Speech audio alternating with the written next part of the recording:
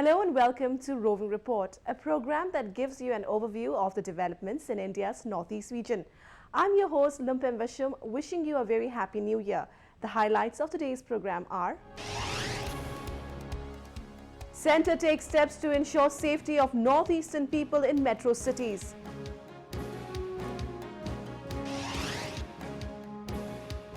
Rehabilitation work in full swing for displaced people in violence-hit Assam.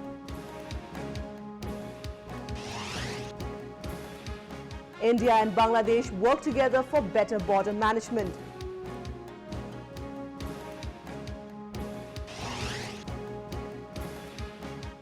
Floriculture becomes a profitable business option in Northeast.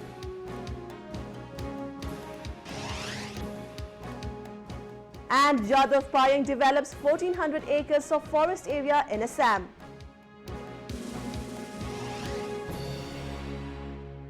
The central government is taking steps to ensure the safety and security of the northeast people residing across the country. Recently, it was announced that a large number of youth from the northeast would be inducted into the Delhi police. Union Home Minister Rajnath Singh revealed that the government has accepted the recommendations of the Base Barua Committee with regard to immediate measures, and the measures would be implemented in the next 6 months. The committee, headed by retired IAS officer MP Base Barua, was set up by the Union Home Ministry to look into the concerns of people of the Northeast living in other parts of the country. The accepted recommendations include Delhi Police to recruit 20 police personnel, 10 male, 10 female each from Northeast states. Compensation for Northeast people under Delhi Victim Compensation Scheme 2011. Indian Penal Code to be amended for insertion of new sections of 153C and 509A. Panel constituted by the Delhi State Legal Service Authority for providing legal assistance. Fast-tracking cases related to Northeast people. Special helpline number 1093 to be synchronized with 100 in Delhi. Other states to start special helpline. Universities and NCERT to include chapters on Northeast. Police exchange programs and many others. Base Barua committee ने अपनी recommendations में यह कहा था कि कुछ immediate measures adopt किए जाने चाहिए, कुछ शॉर्ट मेजर्स होने चाहिए और कुछ लॉन्ग टर्म मेजर्स होने चाहिए, और उसके लिए समय निर्धारित कर दिया था. जहां तक इमीडिएट मेजर्स का सवाल है, वह 6 महीने के अंदर ही इस पर कदम उठाए जाने चाहिए. तो हमारी मिनिस्ट्री ने इस काम को पूरा किया है. और मैं आपको यह भी जानकारी देना चाहता हूं कि जहां हमारी मिनिस्ट्री ने इसका पूरा अध्ययन किया है, बेस बरुआ कमेटी की सारी रिकमेंडेशंस को, वहीं पर हमारे एमओएस श्री किरण रिजिजू, जो कि नॉर्थ ईस्ट के रहने वाले हैं और जो कि वहां की कंसर्न से हम लोगों से ज्यादा वाकिफ हैं, स्वयं इस पर जो है विशेष ध्यान दिया है. और मुझे आपको जानकारी देते हुए यह प्रसन्नता हो रही है कि इमीडिएट मेजर्स के संबंध में कमेटी द्वारा की गई रिकमेंडेशंस को स्वीकार कर लिया है. Earlier, Union Minister of State for Home Affairs Kiran Rijiju at a conference at Delhi Police Headquarters discussed the problems of the Northeast people with senior police officials. The Union Minister will also write to the Chief Ministers of the Northeastern states to encourage the youth to join police forces. At present, only 39 police persons from Northeastern states are serving with Delhi Police. Delhi Police has representatives from all the states and union territories of the country. It is being felt that Northeast is not well represented. Honorable Prime Minister has desired that Northeast India also should be integrated into Delhi force. That is why Delhi Police Commissioner has taken a very laudable initiative. Delhi police हमेशा vulnerable sections की सुरक्षा के लिए प्रतिबद्ध है और हम जो है समय समय पर इन सब जो सेक्शंस हैं उनके साथ में हमारा बड़ा अच्छा संपर्क है और हम जो है हमारा हमेशा ये प्रयास रहता है कि दिल्ली पुलिस का हर पुलिसकर्मी, चाहे वो किसी भी देश के हिस्से से आए, वो हर देश के हिस्सों से आने वाले व्यक्तियों के साथ बिना किसी भेदभाव के बर्ताव करे, और ये हमारी खासियत है कि हमारे जो पुलिसकर्मी हैं किसी के साथ में भी भेदभाव या पक्षपातपूर्ण बर्ताव नहीं करते। To bridge the gap between the people of northeastern region and the rest of the country, the government has also planned to roll out programs including Northeast Film Festival, food and sports events in the capital city. In the wake of a series of attacks on northeastern people across the country, the government as well as the police forces has been taking measures to sensitize people and look after the security concerns of the northeast people.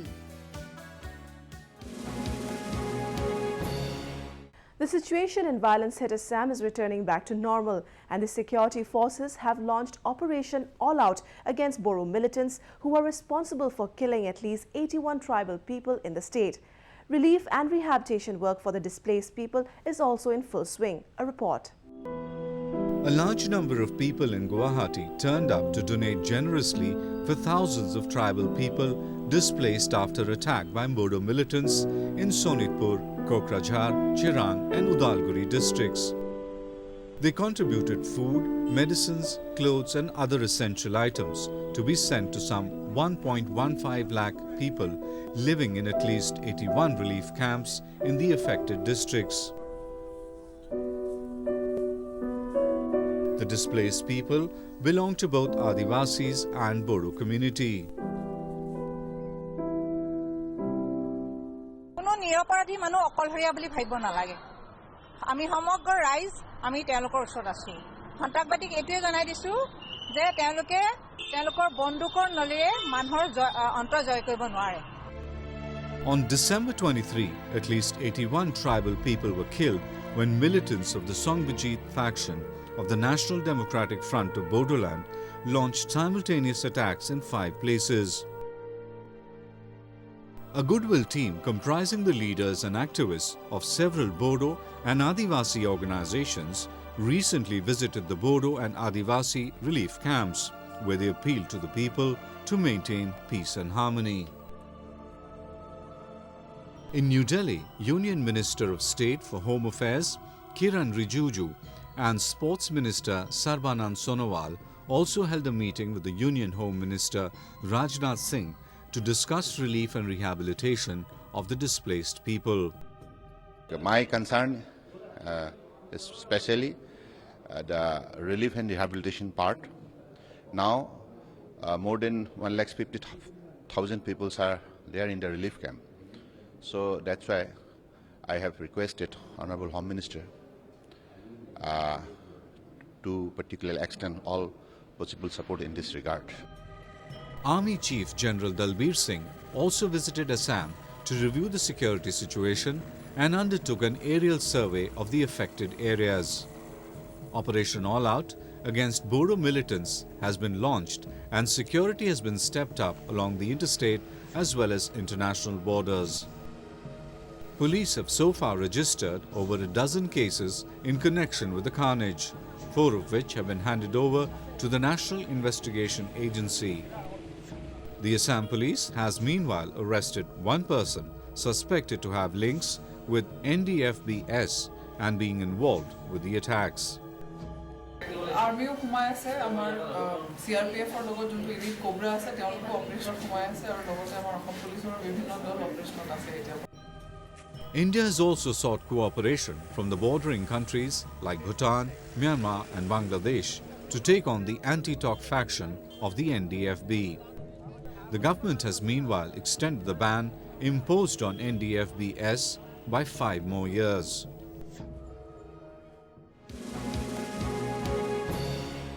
Let us now take a look at some of the events that made news in the Northeast recently. Lok Sabha Speaker Sumitra Mahajan was in Guwahati recently to attend the Stri Shakti Sammelan, which was held to commemorate the birth centenary of Padma Bhushan Rani Gaidin Liu, also known as Rani Ma. Rani Ma was a Naga leader who had led a revolt against the British rule. Assam Governor P.B. Acharya was also present at the event. On December 26th, a grenade was lobbed inside the Angels Digital Media Service in Imphal by some unidentified persons. 4 people were injured in the attack and the blast damaged the shop. No outfit has claimed responsibility for the attack yet.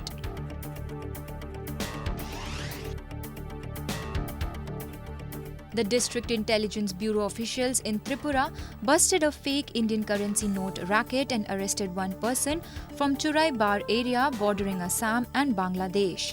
The arrested person, Rajesh Devnath, revealed during the interrogation that the notes were smuggled from Bangladesh.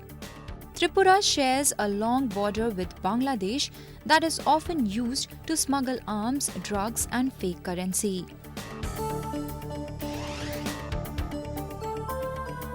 A week-long film festival was recently held at the Rabindra Centenary Hall in Agartala. In total, 27 films from across the world were shown at the festival organized by the film society Cinedelve.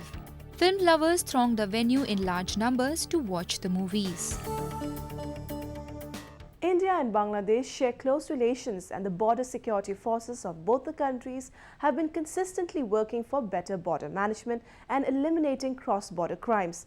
The two sides met recently in Dhaka to discuss border-related issues. We have a report. The Indian Border Security Force and Border Guard Bangladesh manned the 4,096-kilometer-long Indo-Bangladesh border. A volatile and porous boundary, it is often used by traffickers, smugglers and militants. The two sides regularly hold meetings to tackle the security challenges. Recently, a 20-member Indian delegation led by BSF Director General Devendra Kumar Pathak was in Dhaka to discuss border-related issues with their counterpart. Border Guard Bangladesh Chief Major General Aziz Ahmed led the 23-member Bangladesh delegation. They discussed various issues related to border security, smuggling, infiltration and curbing of trans-border crimes during the 4-day-long conference. Bangladesh assured of not allowing their territory by India-based insurgent groups. No stone will be left unturned in action against floating Indian insurgent groups, and it is the consistent policy of Bangladesh that its soil shall not be allowed to be used by any entity or element hostile to any country.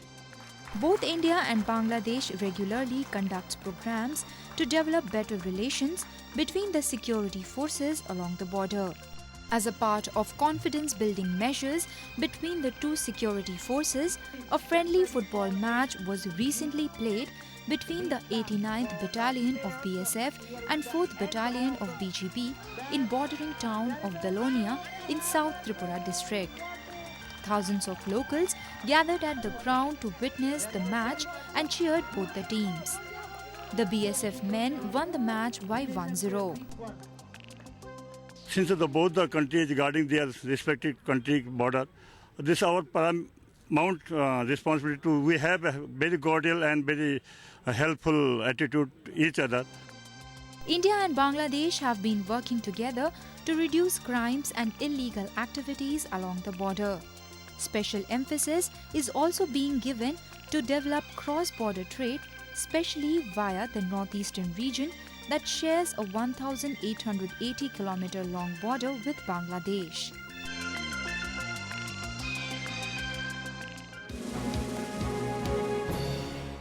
Suitable climatic and geographic conditions give the Northeast region a definite edge in the business of floriculture. Realizing the potential of the sector, many budding entrepreneurs are taking up floriculture. Steps are also being taken to encourage people to take up flower cultivation. Take a look. Guru Mayum Nanao Sharma has turned his hobby in gardening to a successful profession. Few years ago, he started Gaminash Nursery in a land near his home at Bamon Lekai in Manipur. Today, he nurtures a variety of indigenous and non-indigenous varieties of flowers and prepares saplings of trees and fruits, along with providing garden planning and designing services. In order to expand his business and provide jobs to unemployed youth in the state, he has recently procured 2 acres of land which he wanted to develop as a flower farm.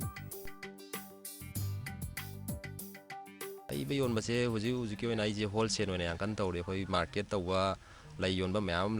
wholesale atopadana any mela dauji mela yamba mela gi adaida akoi isam adum yaujari aduga yumda yamba khangbiramnina mayamna so yumda dum yamba leibilai yam kana haibdi krigra ngaudaba angauba krigra tawdaba adu atun huptedi legi krigra she shemsida ei angaugadab su kauthokani legi shapki legi mo masangbi bigi nungai bi wakhando aduna ngaugadabagi amatobagi atugi mangje aduna legi krigra shemsina achumba mi uije aibidi magi thawai tu changna shenkhibada ngawbagi matam mangadabdu atum wakhando lagde. Many people in the northeast are adopting floriculture as an alternate farming. They get encouragement by participating at various exhibitions and flower shows. Recently, a 3-day-long chrysanthemum exhibition cum competition was held at the Vivekanand Park in Agartala. A total of 30 farmers and gardeners showcased over 60 varieties of chrysanthemum at the annual Colourful Winter Flower Festival. The organizers aim to make people aware of the variety of flowers that can be grown in the state and the profitability of floriculture business. যদি আর্থিক ব্যাপারটা বলেন এই নিয়ে অনেক ফুল চাষি বেঁচে আছেন আগে ফুল চাষ কলকাতা থেকে ফুল আসতো বিক্রি হতো এখন এই চন্দ্রমল্লিকার চাষ বিভিন্ন গ্রামে হয়ে আসছে এই ফুল বাজারে আসছে শুধু তাই নয় এই অনেক নার্সারি গড়ে উঠেছে প্রত্যেকটি নার্সারিতে আপনার 2-4 জন 10 জন এমপ্লয়ি নিয়োজিত আছেন The Northeast region is known for its rich biodiversity, and the climatic and geographical conditions make it conducive for flower cultivation. The region is home to a number of rare species of flowering plants, including varieties of lily, orchids, carnations and rose. A huge scope is available for developing the sector and to supply flowers in national and international markets.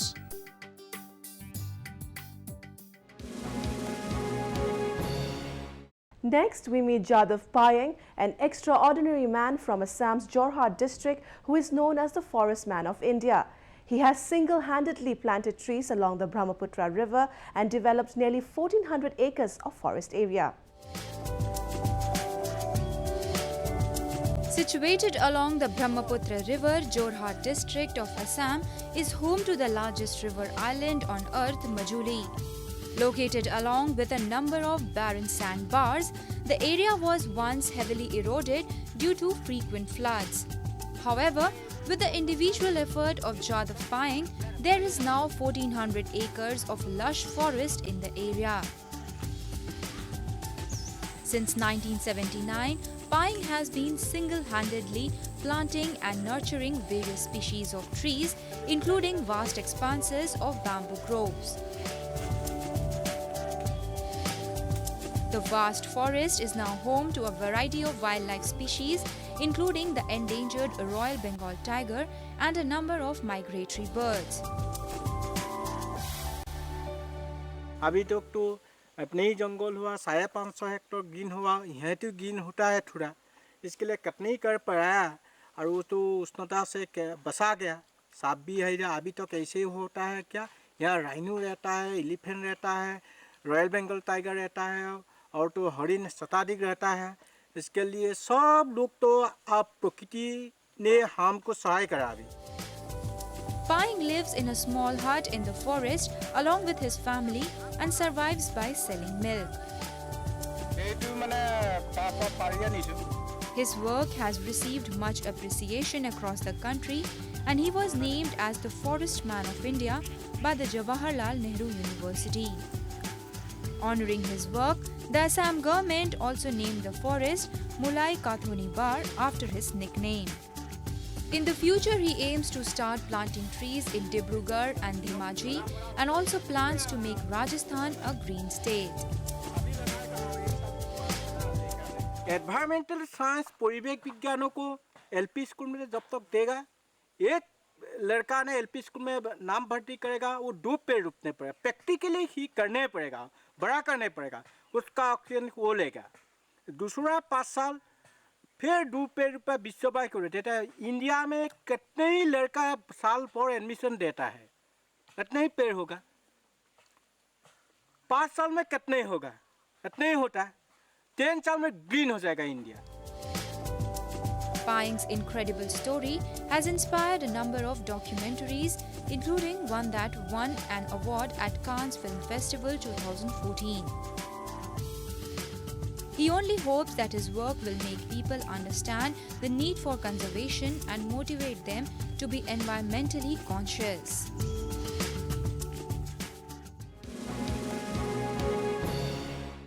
With that, we have come to the end of this episode of Roving Report. Do connect with us through our Facebook page and follow us on Twitter at AnyIndia_ANI. You can also subscribe to our YouTube channel to get latest news updates from the Northeast. I'm your host Lumpim, wishing that you have a good year ahead. Goodbye and take care.